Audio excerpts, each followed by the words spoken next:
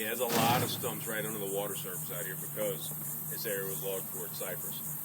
Around the base of some of the cypress trees, you can see these things right here on the left. They look like a smaller tree growing up out of the water. What that is, that's the roots of the cypress. They're called a cypress knee. Cypress knees, y'all, it's an adaptation these trees have. These trees have adapted to grow in this soft, swampy environment where their roots will go into the ground and widen out, come up a little bit farther than the cypress knees. That helps the tree stabilize itself out here. It also helps the tree get oxygen, but it's not their main purpose. Their main purpose is stabilization.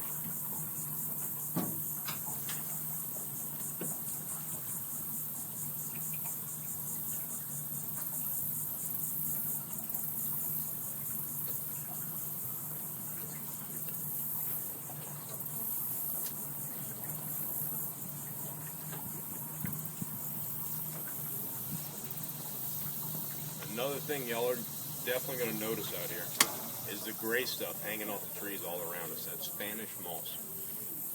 It gets its name from Indians. Indians called it Spanish moss when they first saw Spaniards. They all had big gray beards. They thought it looked like the stuff hanging out the trees. So they called it Spanish moss. They meant to call it Spanish mask.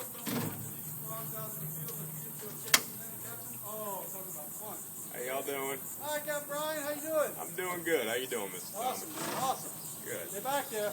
They back there? Yeah. They ain't coming in the water, though. Oh, no. Y'all, the pigs, they used to come in the water and swim to the boats and all. We got a big alligator stays in here. We call him Big Al. He's about 13 foot. He's bigger than Alex. And he ate one of them 2 weeks ago. Wow. After that, the I'd like to pigs see have been that. pretty shy, and they won't come anywhere close to the water. But y'all, the Spanish moss, we had people who made their living with it. They were known as moss men. And what they would do is they come and they take a bunch of stuff off the trees and they put it in these big bags and put it underwater for a couple days.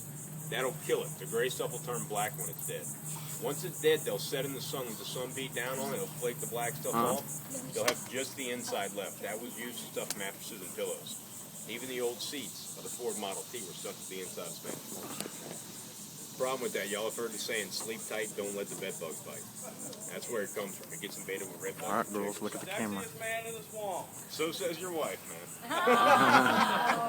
Yeah, but you fix a repair place, things around the house, that makes it better. Take it easy. I like the hat. Like that? I like that. Covers the fact that you're going bald.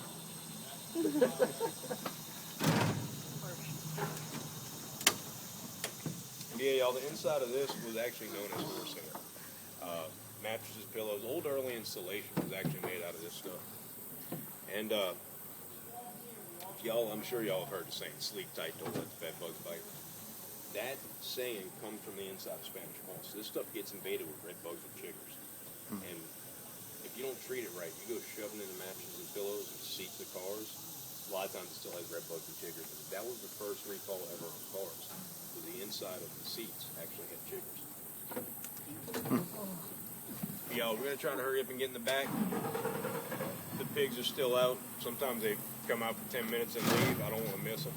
But y'all, I'm not going to talk to you quite as much the rest of the time while we're back here. And I do this while we're in Maple Slough because, my honest opinion, this is some of the best scenery you're going to find in this state.